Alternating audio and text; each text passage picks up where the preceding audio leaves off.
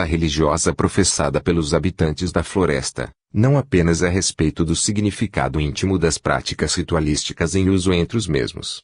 Ele escreve: a empresa foi bastante árdua, levou-nos longe, porque eu me esforçava para conseguir alguma coisa de concreto. O feiticeiro Nagubá mostrou-se paciente, mas a tarefa a meu cargo pareceu mais complexa do que eu esperava, pois que, pela nossa conversa que durou até a tarde da noite, e depois retomada no dia seguinte, surgiu, pouco a pouco, um sistema de metafísica tão idealista, e talvez igualmente puro, quanto aquele contido nos métodos metafísicos de Platão e da antiga Grécia, e também dos santos e dos teólogos místicos do cristianismo.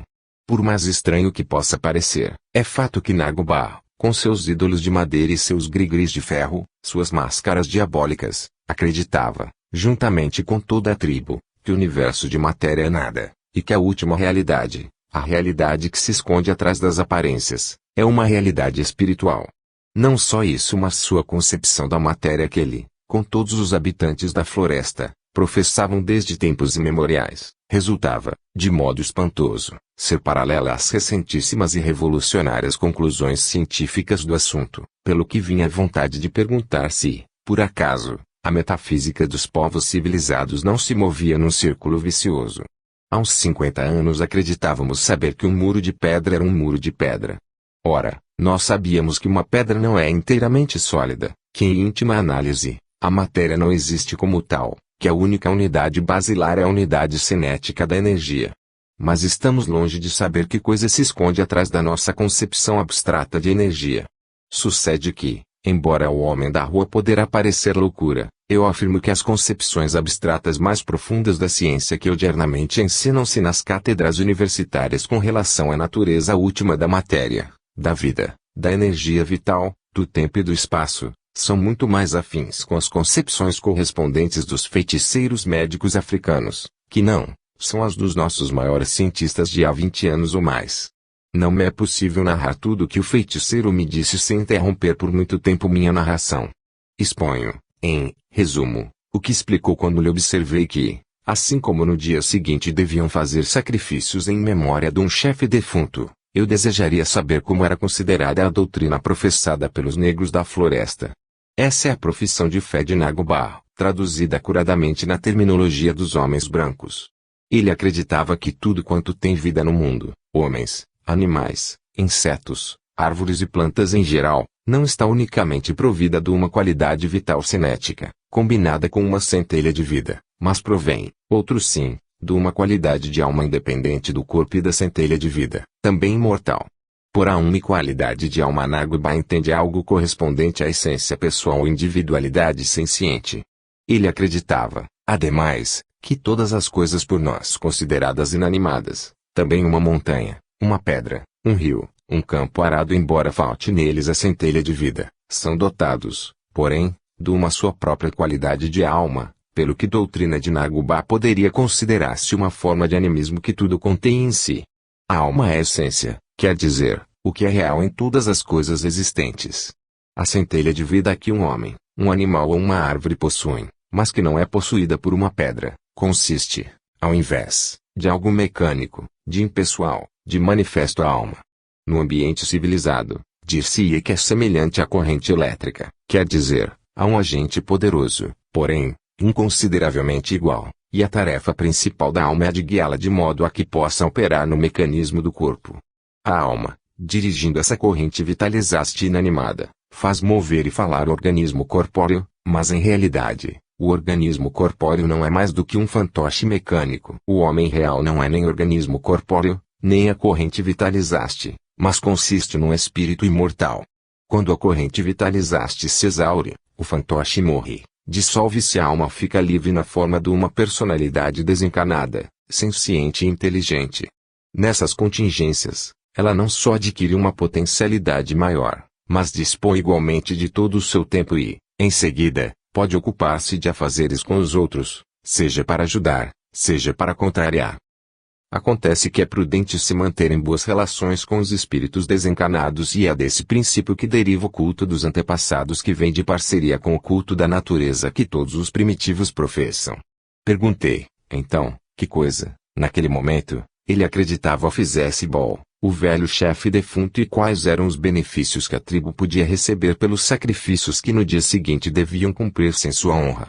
Ele explicou que, assim como passa muito tempo em que o defunto consegue libertar-se dos antigos hábitos, e também se o defunto não tivesse mais necessidade nenhuma de persistir neles, podia presumir-se que o velho Bo, naquele momento, se interessasse ainda pelo seu cadáver que jazia na tumba, ou na sua casa, na qual ele indubitavelmente vinha à noite.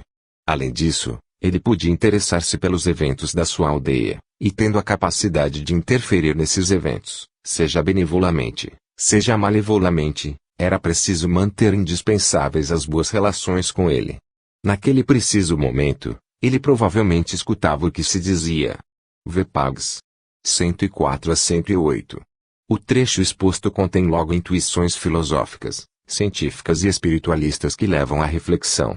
Mas nunca se dirá que a mentalidade dos povos primitivos seja capaz de erguer-se em abstrações de ordem científica, filosóficas e religiosas equiparáveis àquelas formuladas pelos mais profundos pensadores de todos os tempos entre os povos civilizados e pelos homens de ciência dos tempos odianos.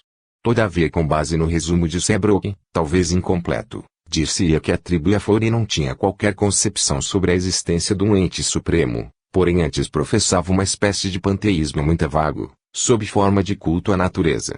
Seja como for, é fato que Seabrook, prosseguindo nas suas viagens de exploração psicológica, chegou no meio de uma populosa tribo de trogloditas, cujas aldeias erguiam-se verticalmente sobre a imensa parede rochosa de uma alta cadeia de montanhas e eram constituídas de cavernas naturais e artificiais, engenhosas e laboriosamente transformadas em habitações.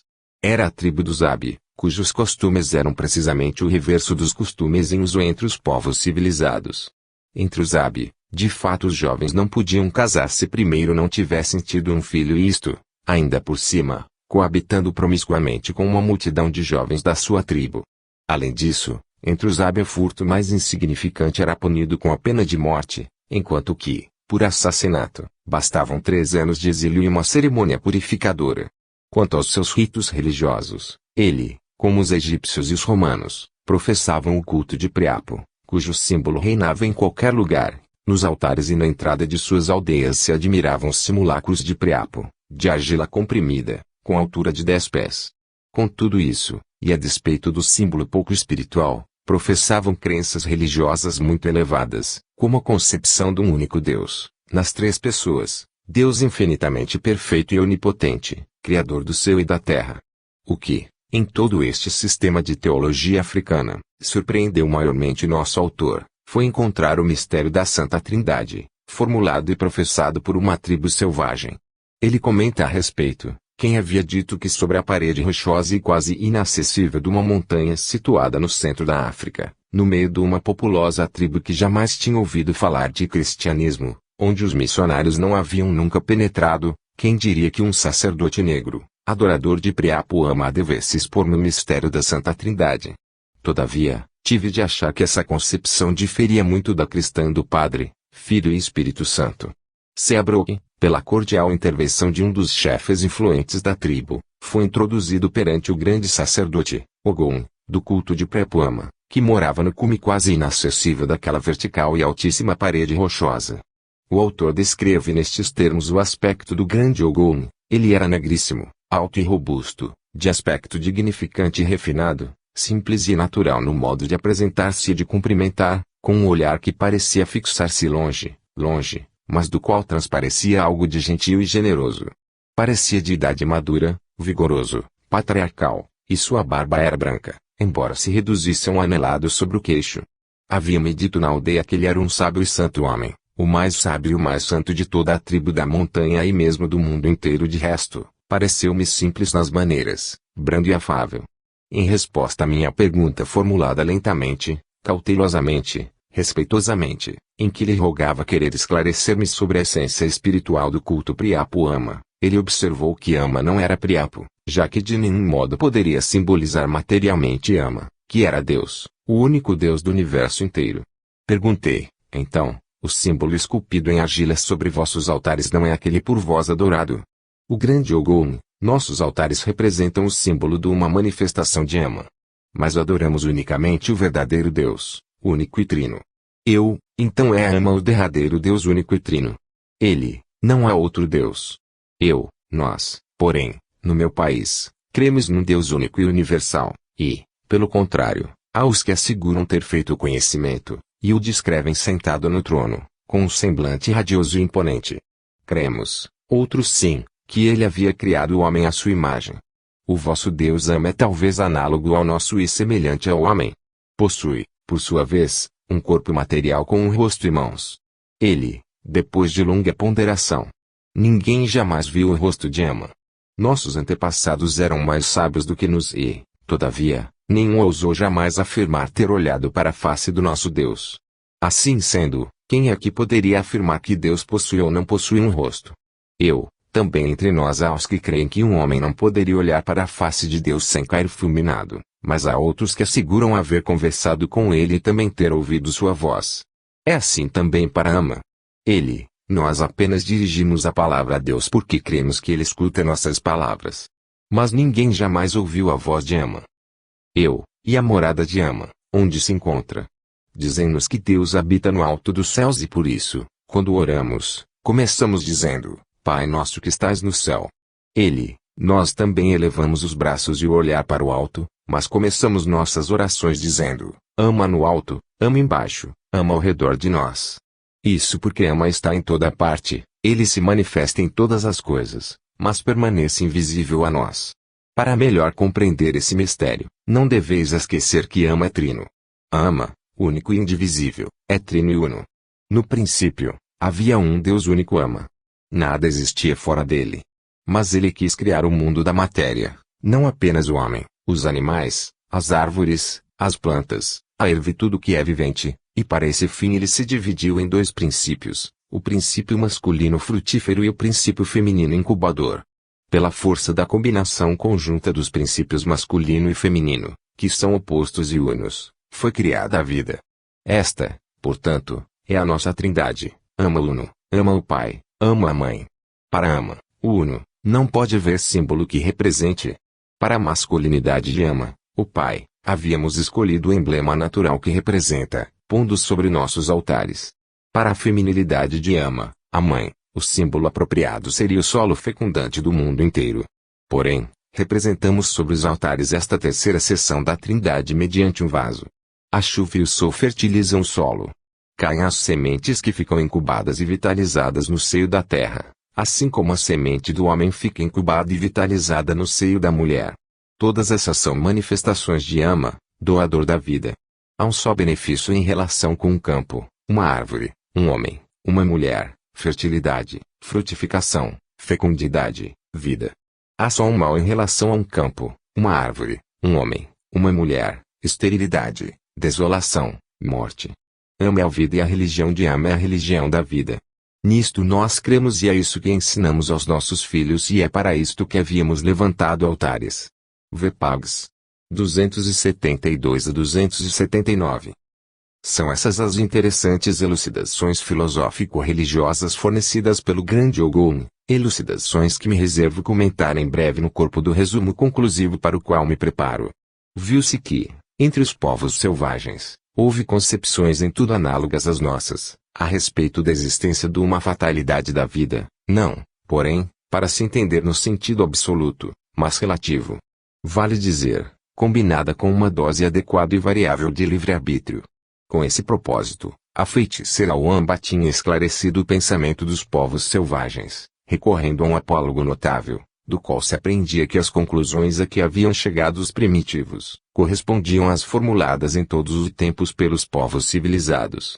Além disso, dessa circunstância, de fato, surgia uma particularidade importante de que o culto dos fetiches, a prática dos encantamentos e o uso dos amuletos, grigris, tiveram origem nas concepções iguais filosóficas dos selvagens que evocavam seus fetiches, ou recorriam aos poderes ocultos dos encantamentos e dos amuletos, com a intenção de serem guiados na escolha do metafórico caminho, entre os muitos que se lhes manifestavam à sua frente, no qual pudessem penetrar com sorte.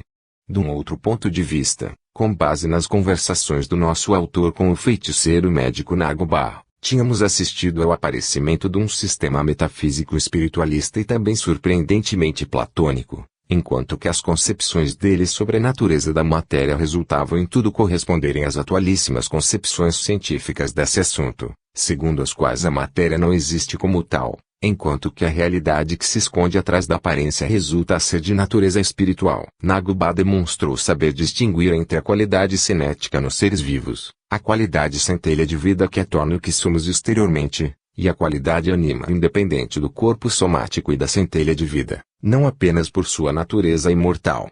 Distinções que equivalem às atuais formuladas pelo movimento espiritualista: espírito, corpo etérico, corpo somático.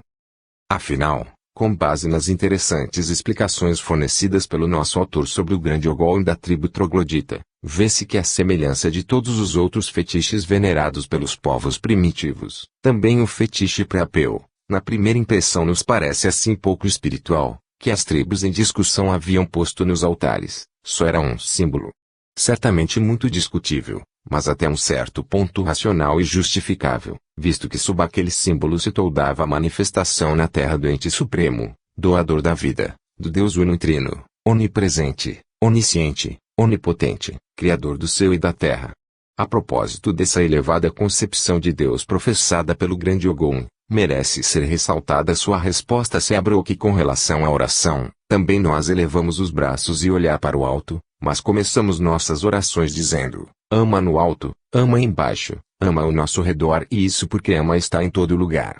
Definição que lembra os conceitos substanciais da outra definição de Deus, ditada mediunicamente por Imperator para William Stanton Moses. De uma parte, deveis evitar o erro fatal de reduzir Deus a uma força, e, de outra, deveis libertar-vos da ilusão antropomórfica de forjar um Deus de forma humana. Deus não é uma força e não é nem a entidade impessoal por vós chamada natureza. Esforçai-vos por concebê-lo como uma essência espiritual, imperscrutável, que dá a forma e penetra no universo inteiro. Chamando o Pai, aproximar-vos-ia mais de perto de uma verdadeira concepção de Deus. Ora, é mesmo nesse sentido que o grande Ogum de uma tribo selvagem concebeu a natureza divina. Concluindo a impressão de conjunto que se retira da leitura do livro de Seabrook sobre Livy e de la Jungla consiste nisso, que a inteligência das tribos selvagens parece muito superior ao que presumiam os povos civilizados. Indubitavelmente, os primitivos conservam uma alma infantil e demonstram-se limitados, atrasadas, bárbaros, em tudo ao que se refere à convivência social, às concepções de justiça e de ética, mas eles nos superam na astúcia e esperteza, e dir-se-ia que estão em grau de igualarem-se na intuição mais sublime da abstração filosófica, científica e religiosa. A alma do selvagem permanece mais do que nunca um enigma psicológico ainda para se resolver. Glossário. Animismo ou espiritismo, dificuldade na interpretação de casos particulares, Bozano. Antropologia psicológica, a escola antropológica, com o chefe Spencer e sequazes, foi sempre referida à crença na sobrevivência humana entre os primitivos, com fatos banais, como o eco, a própria imagem refletida na água, o fenômeno do sono, a sombra etc., quando se trata, ao invés, de uma ideia baseada na experiência e em fatos reais, realíssimos, como justamente resultam os fatos metapsíquicos, os que se verificam entre os povos primitivos, selvagens e não, de maneira idêntica como entre nós. Com base nessas novas indagações, devidas ao nascimento da metapsíquica, inicia-se uma concepção de todo nova no campo da antropologia psicológica. Crítica de Bozano ao cego partidarismo antirreligioso do professor Giuseppe Sergi, segundo o qual, a concepção religiosa humana é um tumor na mente do homem. Aparição dos moribundos, indígenas que viam seu companheiro no momento em que morreu, Tilor. É o caso do percipiente Mauri que vê, em duas circunstâncias diferentes, os fantasmas de duas tias. O primeiro, bate-lhe no ombro, o segundo, faz-se ver projetando sombra. Manifestação de moribundo. Ver corpo etérico. Aparições dos mortos. Entre os maoris, ver um fantasma indica que o indivíduo visualizado está morto. Um maori vê o fantasma de seu irmão, que não foi percebido por outros dois presentes, e, de repente, logo depois, vem pessoas anunciar a morte do irmão. Aportes. Discussão de Bozano com o Lodge, Stanley de Brat e Tito Alipi, Acerca da origem dos fenômenos de aportes, Bosano sustenta a tese da desintegração do objeto, enquanto os três conhecidos físicos duvidam da existência do fenômeno, não o podendo explicar teoricamente. É uma casuística bastante rara entre os primitivos, os objetos poderem ser aportados, trazidos, levados, ou também criados, como foi o caso de Moses, Freedom Long. Um yogi transporta açucareirinhos a pedido de Besant, em condições de absoluto controle, ajuda de elementais. Um yogi traz, com absoluto controle, e a pedido, leite, quente, fruta seca, um melão e fruta fresca. Perguntado sobre o transporte de chocolate, o yogi, que não sabia o que era, transporta docinhos, ajudado pelos elementais J. Hanson. Quando as experiências são feitas à plena luz, geralmente o transporte se verifica dentro de uma caixinha, isto é, no escuro. A favor de uma intervenção externa nos fenômenos de aportes e moralidade identificada no mesmo fenômeno, Bosano, teoricamente importante. Clarividência no futuro, com o método de lançar os ossinhos entre os pigmeus, descreve-se, antes que suceda, uma cena de caça ao elefante e morte dos caçadores. Tudo verdade. São preditas as condições do tempo e lugar onde chegará o amigo do consulente. Predição de morte de um feiticeiro, de outros, e dele mesmo. Essa última predição não serve para salvá-lo. Comentários de Bosano sobre o quesito teórico implícito nas premonições que não salvam, liberdade condicionada, necessidade de uma vontade superior etc. Predições da feiticeira Wamba para Seabrook, episódio das botas, e o famoso apólogo da floresta no qual a feiticeira Wamba concilia o fatalismo com o livre-arbítrio, expondo a teoria da possibilidade de vida, caso do coronel Pauley citado por Bosano para esclarecimento. Clarividência no presente, breve episódio havido com um médium índio que foi ver que coisa faziam os inimigos, por Ardingi.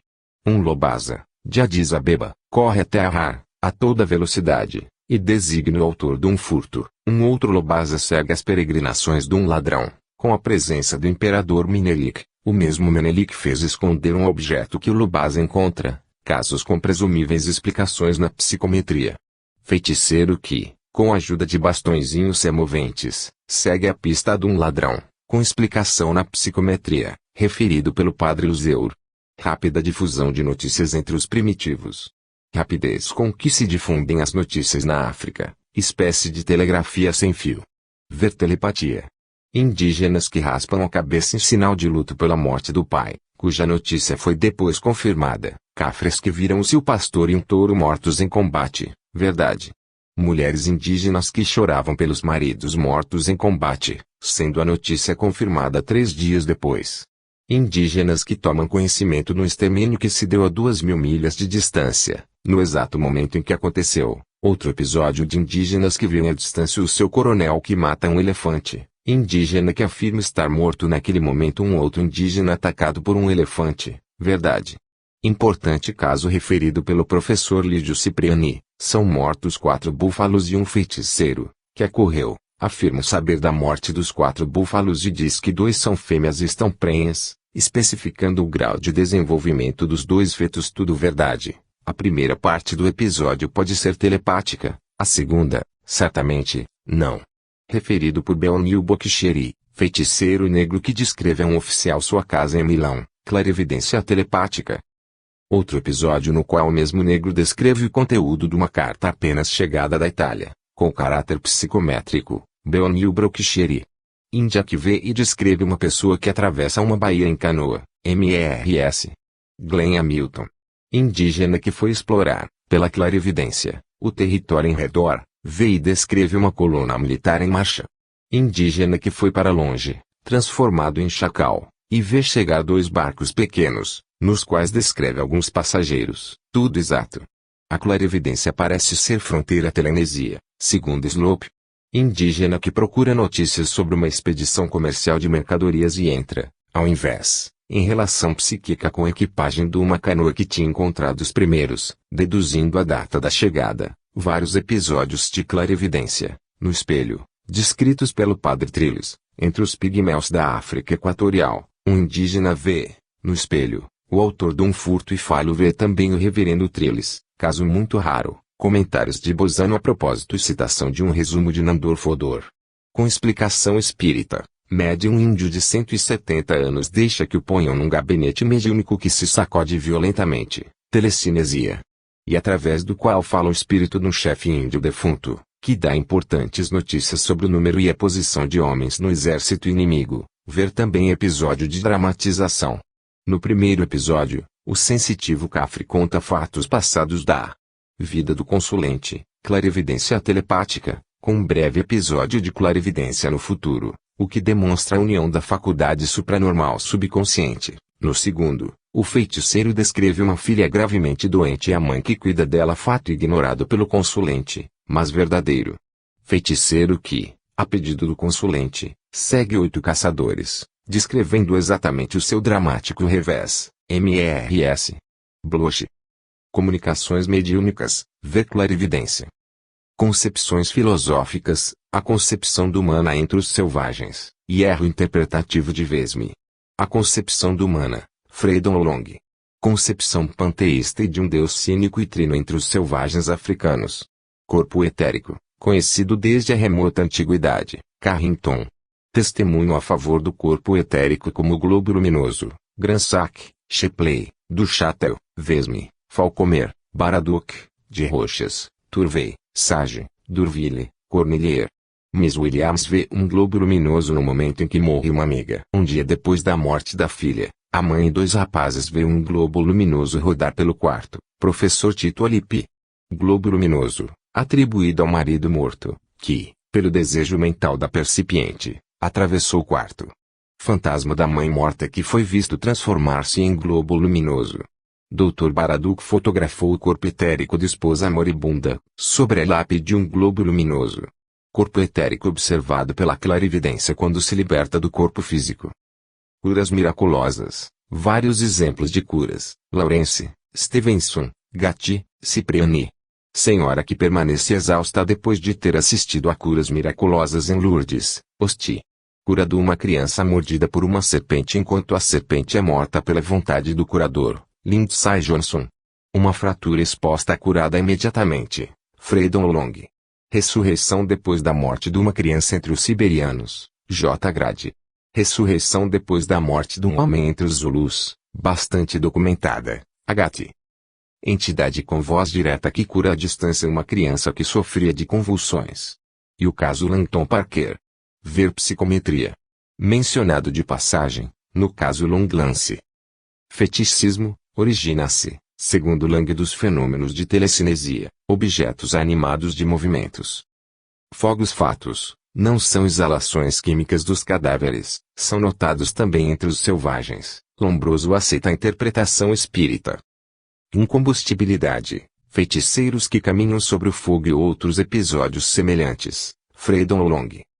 Infestação, testemunhos e documentos sobre fatos de infestação entre os selvagens, Lang Shepley. Pedradas em uma moça de Java, Poltergeist. Cal que se solta do muro e é lançado ao ar, Poltergeist. Portas que se abrem repetidamente e passos cadenciados, em condições de absoluto controle, coletivamente, e na claridade, vê-se a depressão produzida pelos passos sobre as tábuas do pavimento, caso Mocton. Caso Frank Ives, a princípio, sensação geral de ambiente infestado, depois assiste à visualização de um fantasma de um negro, de quem percebe a figura trágica até nos quadros, com explicação psicométrica, rumores de passos, de louças etc.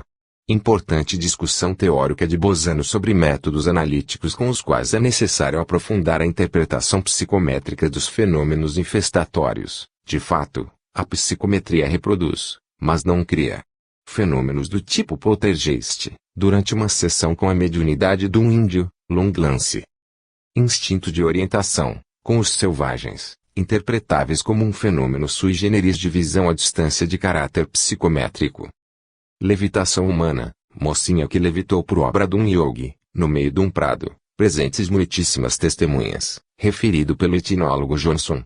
Um feiticeiro Zulu faz levitar o jovem depois de tê-lo adormecido. O fenômeno deu-se em aberto, com luzes de tochas, referido por Kelar. O médium índio foi, numa ocasião, levantado e colocado num pequeno espaço entre pregos pontiagudos e, além disso, foi levitado e pendurado numa trave com a cabeça para baixo. Longlance, importante. Licantropia, indígena que afirma ter visto uma cena distante, sendo conduzido a um lugar, estando transformado em chacal. A primeira parte controlável, foi exata e será assim também na segunda afirmação, embora incontrolável. O feiticeiro, transformado numa fera, morre quando a fera ferida é morta. Importantes casos no relato comentado por Mokhtin Clark, feiticeiros que morreram quando acertam um tiro na hiena, é arrancada a mandíbula de uma hiena, os passos de animais transformam-se, num certo local, em passos humanos, importância do terreno remexido pelas formigas negras. 2 jovens e uma jovem negra, que saltavam em volta de um feiticeiro, e, assim fazendo, transformam-se em chacais. Referido e presenciado pelo Dr. Kirkland. Comparação entre os fenômenos de materializações de animais, com Frank Kluski, e os fenômenos de licantropia, que resultariam em definitivo numa modalidade de experiência ideoplástica. Bosano, importante comentário de Nador Fodor. Manifestações de defuntos, ver corpo etérico, caso do professor Tito Alipi. Ver corpo etérico. Entre os ilhéus da Melanésia, manifesta-se um defunto por possessão e fala pela boca do médium, Carrington. Manifestações dos vivos, é o caso Gema Usago, que, em condições de sono profundo, desdobra-se, afirmando ir a uma convenção num planalto, com outros iniciados desdobrados. Os sábados da feitiçaria seriam, portanto, verdadeiros. E para dar demonstração da realidade da afirmação, executou uma missão ao longo da estrada. A pessoa designada fala através da porta, executando a tarefa a ele encarregada, caso documentado por um missionário. Manifestações supranormais, entre os selvagens, análogas às nossas. Materialismo. A concepção materialista não tem mais razão de existir depois do advento da metapsíquica, Bosano. Materializações, vê práticas mágicas. De animais, vê licantropia, de mãos. Materializa-se um índio à plena luz do dia, em aberto, enquanto a tenda vazia levita do chão. Bosano assiste, com o professor Morcelli e o Dr. Venzano, o concretizar-se de 6 formas materializadas, uma das quais com uma criança nos braços. Críticas aos comentários do professor Morcelli. Mediunidade. Entre os melanésios notaram-se inúmeras vozes saídas das bocas do médium, mesmo como acontece conosco, durante a possessão mediúnica na qual muitas entidades queriam comunicar-se, Carrington e Bosano. Metapsíquica, é a nova ciência da alma. Práticas mágicas. Um faquir traça um círculo ao redor de um escorpião e este não o pode ultrapassar, P. Brunton. E episódio análogo com um homem possuidor de idêntico poder sobre as formigas, Amingeti. Poder da vontade sobre serpentes Pitum. 2 episódios de Cipriani e Gatti. Ladrão que, chamado pela vontade do feiticeiro, compareceu diante dele, declarando-se culpado. 15 panteras chamadas pela vontade dos adeptos negros, Gorer. É o caso impressionante presenciado e narrado por Seabrook, no qual 2 feiticeiros enfiam suas espadas em 2 crianças negras que depois dos ferimentos saram em 2 horas, com cabelos e as unhas da vítima. Os feiticeiros fazem adoecer a distância, psicometria, citado por ele Cipriani. Feiticeiro que, para vingar-se de um presente que não recebeu, fez acometer a um oficial dores atrozes no ventre que as fez cessar a pedido da vítima exausta, von Kimbrecher. Parece que se pode provocar, também, a morte. Feiticeiro que provoca dores e uma doença na noiva que o rejeitou. Caso do tenente Lita, referido por Beonil Brockcheri, feiticeiro que, para vingar-se do tenente que o havia mandado prender, faz disparar um tiro de revólver pelo próprio tenente, inconscientemente, em si mesmo. 3 feiticeiros, para vingarem-se da equipagem de um caminhão que não os tinha recolhido, fazem furar muitas vezes os pneumáticos e parar o motor. Tudo volta ao normal quando a equipagem desesperada os recebe, referido e presenciado pelo comandante Agati. Santerran Yogi que, para vingar-se de uma expedição científica, que lhe havia dado pouco dinheiro, fez cair inúmeras pedras grandes entre as patas das mulas, aportes ou transportes. Importante caso da negra Salima referido por Hassei, sensação penosa de mal-estar que tomou conta do relator ao aproximar-se do santuário de Salima, viu, com outros, uma enorme piton e um dragão, materializações. Caso importantíssimo do Dr. Giboteal, a famosa Berta B tem a faculdade de fazer suas vítimas perderem-se na estrada, de provocar medo, de fazer tropeçar e de modificar seus sentimentos. Pare de luta com o pensamento entre os peles vermelhas, um dos protagonistas morre, Harrington. Casos de morte por influência da sugestão sobre a vítima que perde a esperança de viver. Dr. Kirkland. Feiticeiros que morreram por sugestão, nas práticas de licantropia. Florizel von Helter. Existem casos nos quais a vítima morre apenas por ignorar sua sorte. Posano. E morto pelo pensamento um homem que tudo ignora. Feiticeiro que convida o consulente a pensar sobre seus inimigos na Europa. O consulente pensa e o feiticeiro declara vê-los morto. Verdade, coincidência ou realidade? Por vezes-me. Feiticeiros que fazem chover. Carrington. E feiticeiros que provocam trovoadas e raios na presença do relator Geoffrey Gorer. Perigo de morte, é para rejeitar-se nas práticas experimentais supranormais, pelo menos entre os brancos. Psicobolia, teoria da psicobolia do Dr. Tanagras, episódios de dramatização. Entidade no chefe índio que se afasta bruscamente e depois retorna para dizer ter ido ver a posição do exército inimigo. Vê clarividência.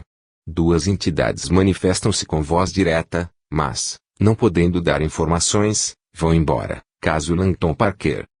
Psicometria, vê clarividência. Sobre o instinto de orientação, interpretação psicométrica. Vê clarividência. Nos lugares privados de lendas, não se experimentam impressões psicométricas, que se verificam, pelo contrário, facilmente em ambientes onde houve delitos e massacres.